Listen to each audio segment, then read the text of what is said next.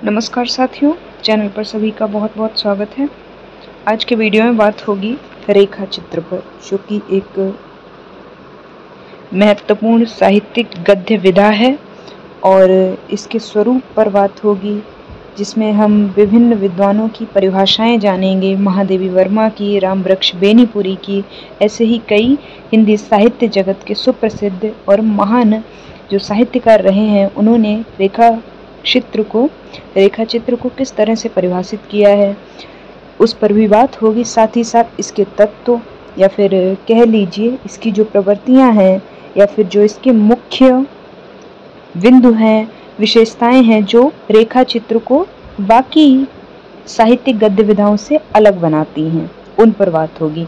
साथ ही साथ चौथा पॉइंट है, रेखा चित्र और संस्मरण में अक्सर लोग कंफ्यूज हो जाते हैं, दोनों के तत्वों को लेकर, दोनों की विशेषताओं को लेकर। तो इस पर भी फुल क्लैरिटी आपको इस वीडियो में दे दी जाएगी। तो मेक श्योर चैनल को सब्सक्राइब कर लें, क्योंकि आपके सिलेबस से रिलेटेड इन्फॉर्मेटिव वीडियोस आपको यहाँ पर समय समय पर प्रोवाइड किए जाते रहते हैं। तो बिना समय ज़ाया किए वीडियो शुरू करते हैं। मेरा नाम अमृता चौहान है और आज के वीडियो में बात होगी रेखा चित्र पर विस्तार से। आगे बढ़ते हैं और बात करते हैं रेखा चित्र पर। तो विषय सूची जो कि मैंने आपको ऑलरेडी बता दी है, आप चाहें तो यहाँ पर देख भी सकते हैं कि किन किन विषयों पर मैं बात करने वाली हूँ। सीधे आ जाते हैं रेखा चित्र के स्वरूप पर। तो रेखा चित्र हिंदी साहित्य की एक नवीन गद्य विधा है, ये बात आप सबको पता होगी, क्योंकि जाहिर सी बात है, हिंदी साहित्य जगत जो है वो कथा साहित्य से इसका विस्तार हुआ था। कथा साहित्य में भी अगर छोड़ दें, बात करें नाटक से, सबसे पहले हिंदी साहित्य में गद्य विधा का विकास होना शुरू हुआ था। ये जो रेखा चित्र है, उस दृष्टि से अगर देखोगे जब आपकी नाटक, उपन्यास, कहानी, तब आपको एक लंबा सफर लगेगा कि रेखा चित्र का शुरुआत वाकई में काफ़ी बाद में हुई और ये नवीन गद्य विधा है। दूसरा पॉइंट आता है, रेखा चित्र शब्द जो है दो शब्दों के संयोग से बना है। जाहिर सी बात है, आप जब इसको तोड़कर देखेंगे, इसको विच्छेद करेंगे तो दो शब्दों में टूटेगा। पहला है रेखा, दूसरा है चित्र, जिसका अर्थ बन जाता है कि रेखाओं से बना हुआ चित्र। जिस प्रकार चित्रकार रंगों से चित्र उपस्थित करता है, उसी प्रकार रचनाकार भी शब्दों के माध्यम से जब किसी व्यक्ति, वस्तु या घटना या स्थान का मर्मस्पर्शी और प्रभावशाली चित्र उपस्थित करता है, तब वो कौन सी विधा बन जाती है? वो बन जाती है रेखा चित्र। समझ रहे हैं आप? रेखा चित्र दो शब्दों से मिलकर बना है। जब कोई रचनाकार या साहित्यकार किसी भी व्यक्ति का, किसी भी व्यक्ति की विशेषताओं का, या फिर किसी वस्तु का, किसी घटना स्थल का या किसी स्थान विशेष का जब ब्यौरा प्रस्तुत करता है मर्मस्पर्शी ढंग से, यानी साहित्यिक ढंग से, तो वो क्या बन जाता है? रेखा चित्र बन जाता है। अगले पॉइंट पर आए तो कुछ विद्वानों ने रेखा चित्र के लिए शब्द चित्र शब्द का भी प्रयोग किया है, लेकिन रेखा चित्र शब्द ही इस विधा के लिए अधिक उपयुक्त और व्यापक सिद्ध होता है, जिस पर अधिकाधिक विद्वानों ने अपनी स्वीकृति प्रकट की है। अगला पॉइंट है, रेखा चित्र व्यक्ति और व्यक्तितर, यानी एक तो व्यक्ति और व्यक्ति से इतर दोनों विषयों पर लिखे जाते हैं, यानी व्यक्ति केंद्रित भी होते हैं और किसी अन्य विषय पर भी, जैसे किसी स्थान विशेष पर या फिर किसी घटना विशेष पर या किसी वस्तु विशेष पर भी केंद्रित हो जाते हैं, इसलिए ये बात यहाँ पर कही गई है। आगे बढ़ें तो अगला पॉइंट आता है, रेखा चित्र जीवन के यथार्थ पर अवलंबित होते हैं। अवलंबित यानी कि जीवन के यथार्थ पर पूरी तरह से डिपेंड होते हैं, जीवन के यथार्थ का चित्रण करते हैं, जीवन के यथार्थ को बयां करते हैं। अतः रेखा चित्र कल्पना के प्रयोग के लिए स्वतंत्र नहीं होता। ये काफ़ी महत्वपूर्ण विशेषता बन जाती है, जिससे आपको रेखा चित्र का एक तत्व या फिर एक प्रवृत्ति भी पता चल गई होगी कि ये यथार्थपरक होते हैं। इसमें कल्पना का जो पुट है, जो स्वतंत्र रूप से कल्पना का पुट किसी भी रचना में डाल देना यहाँ पर संभव नहीं है। वो साहित्यिक दृष्टि से या फिर रेखा चित्र की विशेषताओं की दृष्टि से अनुचित हो जाएगा। अगला पॉइंट कह रहा है, रेखा चित्र तटस्थ होकर किसी एक व्यक्ति या घटना या फिर स्थान, दृश्य या उपादान का चित्रात्मक अंकन करता है। चित्रात्मक अंकन से तात्पर्य है जब पाठक या श्रोता रेखा चित्र को पढ़े या सुने तो उसके आंखों के सामने या उसके मनोमस्तिष्क में वो दृश्य जो है किसी घटना पर आधारित या किसी व्यक्ति के व्यक्तित्व पर आधारित वो आंखों के सामने या मस्तिष्क में चल जाने चाहिए। तो ये बात इस बिंदु में कही गई है कि चित्रात्मक अंकन करता है रेखा चित्रकार। आगे बढ़े तो रेखा चित्र सरल होते हैं ताकि पाठक को आसानी से समझ आ सकें, सुगठित होते हैं, वर्णन प्रधान होते हैं। जाहिर सी बात है, किसी व्यक्ति का या किसी वस्तु का या किसी दृश्य का या फिर किसी स्थान का या फिर किसी घटना का वर्णन ही तो किया जा रहा है ना, तो वर्णन प्रधान तो होना जाहिर सी बात बन जाती है। विषय प्रधान होते हैं तथा संक्षिप्त विधा है, यानी पूरे में फैलाव नहीं है। अगर व्यक्ति केंद्रित है तो उस व्यक्ति पर भी बात होगी, अगर किसी घटना केंद्रित है रेखा चित्र तो उस घटना विशेष पर भी बात होगी। ऐसा नहीं है कि सारे तत्वों को एक साथ लेकर चला जा रहा है। तो ये बात यहाँ पर कही गई है कि इस कारण ये संक्षिप्त विधा बन जाती है। अगला पॉइंट है, रेखा चित्र गागर में सागर भरने की क्षमता से संपन्न विधा है, इसलिए अधिक प्रभावशाली और लोकप्रिय है। गागर में सागर भरने से तात्पर्य है कि बहुत ही कम शब्दों में बहुत बड़ी बात, बहुत गंभीर बात, बहुत गहरी बात, बहुत गहरे तत्व या तथ्य समेटे जाते हैं रेखा चित्रकार द्वारा किसी भी रेखा चित्र में। तो ये बात आपको आई होप अब क्लियर हो गई होगी। आगे बढ़ते हैं और बात करते हैं रेखा चित्र की परिभाषाओं पर, जो कि विभिन्न विद्वानों ने, हिंदी साहित्य जगत के अग्रगण्य विद्वान रहे हैं, जिनके अनुसार रेखा चित्र की परिभाषा क्या होनी चाहिए, इस पर बात अब यहाँ पर होगी। जाहिर सी बात है, पहले ऊपर एक जो बेसिक इसका या फिर कह लीजिए इसका जो शाब्दिक अर्थ हो सकता था, रेखा और चित्र दो शब्दों से मिलकर बना था, उस पर मैंने ऑलरेडी चर्चा कर ली है। तो वो एक बेसिक जानकारी थी या फिर बेसिक परिभाषा थी जो काफ़ी सरलतम तरीके से या फिर अपने शब्दों में तोड़ मरोड़ कर याद की जा सकती है। लेकिन जो विद्वानों द्वारा दी गई परिभाषाएं होती हैं उन्हें एज इट इज़ याद करना चाहिए ताकि आप परीक्षा में अधिक से अधिक अंक प्राप्त कर सकें अगर आप इन परिभाषाओं को एज इट इज़ कोट करते हैं। तो सबसे पहली परिभाषा आती है रामवृक्ष बेनीपुरी जी द्वारा दी गई। तो रामवृक्ष बेनीपुरी लिखते हैं, ये चलते फिरते आदमियों के शब्द चित्र हैं। क्या? रेखा चित्र चलते फिरते आदमियों के शब्द चित्र हैं। जाहिर सी बात है, चलता फिरता अगर कोई आदमी है तो वो जीवित है। अब अगर जीवित व्यक्ति पर आधारित शब्द चित्र हैं तो शब्द चित्र यानी रेखा चित्र भी जीवंत तो होना चाहिए, उसमें कोई निर्जीवता नहीं होनी चाहिए, सजीवता होनी चाहिए, जीवंतता होनी चाहिए। दूसरा पॉइंट आता है, बनारसी दास चतुर्वेदी जी रेखा चित्र को परिभाषित करते हुए लिखते हैं कि रेखा चित्र खींचना एक कला है। थोड़ी सी रेखाओं के द्वारा एक सजीव चित्र बना देना किसी कुशल कलाकार का ही काम हो सकता है। अब इन दो रचनाकारों की परिभाषाओं से दो कॉमन चीजें निकल कर आती हैं। क्या? चलते फिरते और इधर आ रही सजीव चित्र, यानी कि रेखा चित्र की विशेषता एक यहाँ से पता चल जाती है, रेखा चित्र में सजीवता और जीवंतता होनी चाहिए। ये एक रेखा चित्र की महत्वपूर्ण विशेषता यहाँ पर निकल के आ रही है जो कि दोनों परिभाषाओं में कॉमन है। तीसरी परिभाषा पर आए तो हिंदी साहित्य जगत की छायावादी युग की दुर्गा या फिर आधुनिक मीरा या फिर छायावाद की चतुर्थ आधार स्तंभ महादेवी वर्मा जी, जिनका जन्म सन 1907 में फर्रुखाबाद शहर में हुआ था, इनकी परिभाषा आप समझ सकते हैं कितनी महत्व रखती है, क्योंकि इन्होंने स्वयं भी रेखा चित्र लिखे हैं जो कि हिंदी साहित्य की दृष्टि से काफ़ी महत्वपूर्ण माने जाते हैं। ये लिखते हैं कि महादेवी वर्मा कहती हैं कि रेखा चित्र में लेखक कुछ गिनी चुनी रेखाओं के स्थान में शब्दों को रखकर तटस्थ भाव से किसी व्यक्ति का व्यक्तित्व स्पष्ट कर सकता है। आवश्यक नहीं है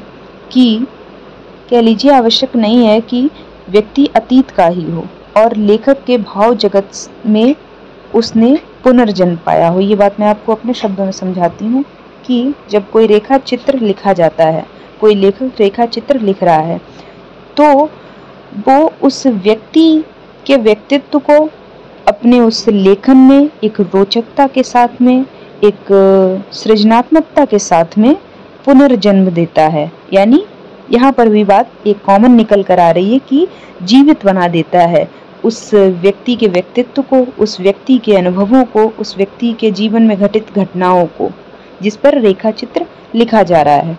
तो पुनर्जन्म पाया है, यानी ऊपर जो 3 परिभाषाओं की बात हुई है उनसे ये चीज कॉमन मैच कर रही है कि यहाँ पर भी सजीवता होनी चाहिए। मनुष्य आकार मात्र नहीं है वरन एक विशाल विचार और भाव जगत का सुपुंजन है। रेखा चित्र किसी व्यक्ति के व्यक्तित्व को कुछ रेखाओं से बिना रंगों की छाया के व्यक्त कर सकता है। आगे बढ़ते हैं। धीरेन्द्र वर्मा रेखा चित्र के संदर्भ में क्या कहते हैं? परिभाषित करते हुए कहते हैं कि रेखा चित्र किसी व्यक्ति, वस्तु, घटना या भाव का कम से कम शब्दों में मर्मस्पर्शी, भावपूर्ण एवं सजीव अंकन है। फिर से एक तत्व आपको यहाँ पे कॉमन मिल गया है, सजीव, यानी रेखा चित्र में सजीवता होनी चाहिए, जीवित होने चाहिए वो। रेखा चित्र की विशेषता विस्तार में नहीं तीव्रता में होती है, यानी चीजों को ज्यादा फैलाना नहीं है, कम शब्दों में अधिक से अधिक बात कहनी है, यानी गागर में सागर भरने का काम करता है रेखा चित्र। अगले पॉइंट पर आए तो डॉक्टर नगेंद्र कहते हैं, जिनकी पुस्तक आप सब ने आई होप पढ़ी होगी या सुनी तो होगी ही, हिंदी साहित्य का इतिहास, जो कि डॉक्टर नगेंद्र और डॉक्टर हरदयाल जी द्वारा संपादित है। तो वो लिखते हैं कि जिस प्रकार चित्रकार चित्र में आड़ी तिरछी पर अजीब रेखाओं का प्रयोग करता है, इसी प्रकार रेखा विलक्षण व्यक्तित्व वाले अथवा संवेदना जगाने वाली विशेषताओं से युक्त किसी का ऐसा अजीब चित्र उपस्थित करता है कि वह व्यक्ति, स्थान या वातावरण, यानी जिसके संदर्भ में बात हो रही है किसी रेखा चित्र में, या प्रसंग साकार हो उठता है। साकार हो उठता है यानी कि जीवंत हो उठता है, सजीव हो उठता है। तो एक तो आपको कॉमन पॉइंट हर एक परिभाषा से मिल रहा है, वो है रेखा चित्र में जीवंतता और सजीवता का होना। मैं बार बार इस चीज को इसलिए पॉइंट आउट कर रही हूँ कि जब आप इसकी प्रवृत्तियां लिखें तो आप इस पॉइंट को भूलें मत, क्योंकि जब हिंदी साहित्य जगत के प्रमुख साहित्यकारों ने जो परिभाषाएं दी हैं रेखा चित्र के संदर्भ में, उन सब में इस पॉइंट को किसी न किसी रूप में, किसी पर्यायवाची के रूप में या अनेकार्थी शब्द का प्रयोग करते हुए इसका भाव उद्घटित किया है। तो ये जो पॉइंट है काफी महत्वपूर्ण बन जाता है इस दृष्टि से, इसलिए मैं बार बार इसको पॉइंट आउट करते चल रही हूँ। आगे बढ़ें तो उपरोक्त परिभाषाओं के आधार पर यह कहा जा सकता है, जो एक मिली जुली परिभाषा निकलती है, कि कम से कम शब्दों से किसी भी व्यक्ति, वस्तु या घटना का ऐसा प्रभावशाली चित्रण करना जो कि जीवंत हो और उसमें जो व्यक्ति, घटना या वस्तु किसी का भी वर्णन किया गया है वो सजीव हो उठे पाठक द्वारा पढ़ने के पश्चात। ये सारी परिभाषाओं का जो एक मूल निकलकर सामने आता है। आगे बढ़े तो बात करते हैं रेखा चित्र और संस्मरण, जिनमें लोग अक्सर कंफ्यूज होते हैं कि दोनों में काफी समानताएं हैं, लेकिन क्या अंतर है, किन स्तरों पर आप दोनों को भिन्न बता सकते हैं। तो वो बिंदु आपको अब मैं बताने वाली हूँ। पहला पॉइंट बनता है कि रेखा चित्र और संस्मरण दोनों ही आधुनिक हिंदी साहित्य की नवीन गद्य विधाएं हैं, जिनकी विभाजक रेखा अत्यंत सूक्ष्म है। ये बात इसीलिए मैंने कही थी कि आप या फिर कोई अन्य व्यक्ति रेखा चित्र और संस्मरण में जब कंफ्यूज होता है तो वो काफी कॉमन चीज है, क्योंकि दोनों में अंतर बहुत सूक्ष्म है, बहुत गहराई में जाकर आप दोनों में अंतर कर सकते हैं, नहीं तो दोनों काफी हद तक समान ही रहते हैं। रेखा चित्र और संस्मरण के विषयों में या फिर इनके विषय में यद्यपि बनारसी दास चतुर्वेदी ने कहा है कि संस्मरण, रेखा चित्र और आत्मचरित्र, इन तीनों का एक दूसरे से इतना घनिष्ठ संबंध है कि एक की सीमा दूसरे से कहाँ मिलती है और कहाँ अलग हो जाती है, इसका निर्णय करना कठिन हो जाता है। अब आप समझ रहे होंगे कि एक पाठक के लिए तो ये कठिन है ही कि वो रेखा चित्र और संस्मरण में कैसे अंतर स्पष्ट कर पाए। वहीं आप एक साहित्यकार की दृष्टि से भी अगर उसकी परिभाषा को भी समझेंगे तो आप देख पाएंगे कि एक साहित्यकार के लिए भी तीनों में अंतर करना कठिन हो जाता है। फिर भी कुछ विशेषताएं ऐसी हैं जो रेखा चित्र को संस्मरण से अलग करती हैं, जो इस प्रकार से हैं, जिन पर अब चर्चा मैं करूंगी। पहला पॉइंट आता है रेखा चित्र और संस्मरण में मूलभूत अंतर यह है कि रेखा चित्र अति सामान्य विषयों पर लिखे जाते हैं। अति सामान्य यानी कि जो रोजमर्रा की जीवन से आधारित, जैसे कि यहाँ पर उदाहरण भी दिए गए हैं, धनी और निर्धन, साक्षर निरक्षर, पशु पक्षी, कोई भी रेखा चित्र का विषय हो सकता है। लेकिन संस्मरण का विषय जो है कोई प्रसिद्ध व्यक्ति ही होता है या फिर कोई प्रसिद्ध घटना ही होती है जिसको लोग जानते हों, पहचानते हों या जिसके बारे में और अधिक जानने के लिए जिज्ञासु हों। उसका जब वर्णन किया जाता है तो वो संस्मरण कहलाता है। ये पहला पॉइंट निकल कर सामने आता है। दोनों का अंतर बहुत ही इजी अंतर है, आप समझ पा रहे होंगे। दूसरा पॉइंट बनता है रेखा चित्र और संस्मरण को अलग करने वाली सबसे महत्वपूर्ण विशेषता चित्रात्मकता है। रेखा चित्र में चित्रात्मकता होती है, जबकि संस्मरण जो है विवरण प्रधान होते हैं। संस्मरण का कार्य चित्रात्मकता लाना नहीं है, बल्कि किसी भी व्यक्ति के किसी भी घटना का विवरण दिया जाता है, विवेचन किया जाता है तथ्यों का। अगला पॉइंट है रेखा चित्र में किसी व्यक्ति, घटना, स्थान, वस्तु का हूबहू यथार्थपरक चित्रण किया जाता है, यानी अपने मन से चीजें बदली नहीं जाती हैं। लेकिन संस्मरण स्मृति पर आधारित है, जिनके चलते उनमें थोड़ा बहुत मैं कह रही हूँ, बहुत अधिक नहीं, थोड़ा बहुत कल्पना का पुट भी आ जाता है। अगला पॉइंट है रेखा चित्र अतीत, वर्तमान और भविष्य तीनों से संबंधित हो सकता है, जबकि संस्मरण सिर्फ अतीत से संबंधित होता है। इसी कारण संस्मरण को कहा भी गया है कि ये स्मृतियों पर आधारित है। आगे बढ़े तो संस्मरण में लेखक अपनी कल्पना शक्ति के प्रयोग का अवसर नहीं मिल पाता है, क्योंकि उसे उन्हीं घटनाओं का वर्णन करना होता है जो वास्तव में घटित हो चुकी होती हैं, जबकि रेखा चित्रकार कल्पना शक्ति के प्रयोग में स्वतंत्र होता है। रेखा चित्रकार व्यक्ति के व्यक्तित्व का समग्रता में चित्रण करता है, उसके आंतरिक और बाह्य दोनों पक्षों का प्रकाश डालता है, यानी जीवन के दोनों पहलुओं को पाठक के समक्ष रखता है, जबकि संस्मरण में बाह्य वर्णन पर ही अधिक बल दिया जाता है। इस प्रकार हम देखते हैं कि रेखा चित्र संस्मरण विधा से कतिपय समानताओं के बावजूद, यानी बहुत अधिक समानताएं होने के पश्चात भी अपना एक अलग अस्तित्व रखता है। आगे बढ़े तो रेखा चित्र के तत्वों पर बात करते हैं। अब ये जो तत्व हैं, यही रेखा चित्र की विशेषताएं भी कहलाएंगी और रेखा चित्र की प्रवृत्तियां भी कहलाएंगी। तो ये तीनों चीजें जो हैं इस एक स्लाइड से आपको पता चल जाएंगी।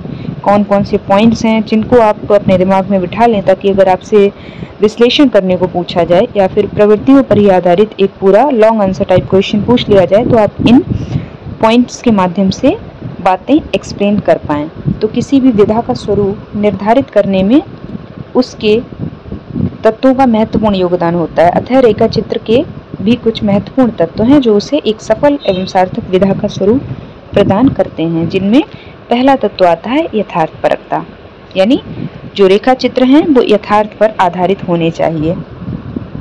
जैसा देखा जस का तस चित्रित कर दिया गया।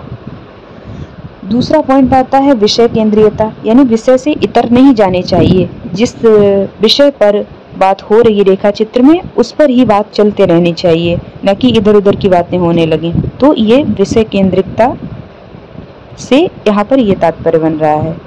तीसरा पॉइंट बनता है संवेदनशीलता, यानी जो रेखा चित्र किसी भी व्यक्ति, किसी भी घटना या किसी भी स्थान के संदर्भ में लिखा जा रहा है, तो रेखा चित्रकार को ध्यान रखना चाहिए कि उसमें संवेदनशीलता और भावशीलता का पुट जरूर हो, नहीं तो वो सीधा सपाट जो है बोरिंग लगेगा। चौथा पॉइंट बनता है गतिशीलता, यानी चलायमान होना चाहिए रेखा चित्र। ऐसा नहीं है कि पढ़ा सीधा सपाट कुछ समझ में भी नहीं आया, जिससे जो पाठक है उसका भी दिल नहीं लगेगा पढ़ने में, उसके लिए भी चीजें बोरियत होती चली जाएंगी। तो रेखा चित्र इस वजह से गतिशील होना चाहिए, ताकि पाठक के दिमाग में घटनाएं चलायमान हो जाएं, चलने लगें, उससे ऐसा महसूस हो कि वो उसी देश काल में खड़ा हुआ है या फिर उन स्थितियों को सामने बैठा देख रहा है। पांचवा पॉइंट आता है संक्षिप्तता। जाहिर सी बात है, गागर में सागर भरने की बात पहले ही कर दी गई है, तो इस वजह से ये संक्षिप्त होने चाहिए, जिसके चलते विषय केंद्रितता का ध्यान रखना भी अहम बन जाता है। छठा पॉइंट है तटस्थता, यानी तटस्थ भाव से रेखा चित्रों को लिखा जाना चाहिए, रेखा चित्र का वर्णन किया जाना चाहिए। सातवां पॉइंट है चित्रात्मकता, जो कि इसको संस्मरण से भिन्न बनाती है। क्यों? क्योंकि जो संस्मरण होते हैं वो विवरण प्रधान होते हैं, वहीं रेखा चित्र चित्रात्मकता प्रधान होते हैं, जिसको मैंने ऑलरेडी काफ़ी एक्सप्लेन कर दिया, तो मैं यहाँ पर एक्सप्लेन करने की इसको ज़्यादा ज़रूरत नहीं समझती हूँ। आगे बढ़ जाते हैं।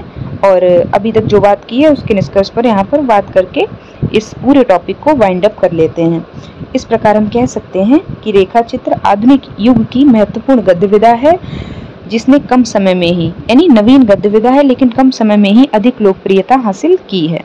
डॉक्टर सुरेश कुमार जैन, जो कि एक चिंतक, विचारक या फिर आलोचक रहे हैं हिंदी साहित्य जगत के, वो कहते हैं कि रेखा चित्र चित्रकला का शब्द है। रेखा चित्र में चित्रकार कुछ आड़ी तिरछी रेखाओं के माध्यम से इच्छित वस्तु अथवा व्यक्ति का ऐसा चित्र उपस्थित कर देता है जिससे उसका संपूर्ण व्यक्तित्व हमारे समक्ष, यानी पाठक के समक्ष या श्रोता के समक्ष उपस्थित हो जाता है। किंतु साहित्य के क्षेत्र में रेखा चित्र शब्द ने विशिष्ट अर्थ के साथ प्रवेश किया है। आगे बढ़े तो इससे यह स्पष्ट होता है कि यह विधा, यानी रेखा चित्र की जो नवीन विधा है हिंदी साहित्य जगत की, यह हिंदी साहित्य की अन्य विधाओं में अपना अलग और एक विशेष स्थान बनाए हुए है।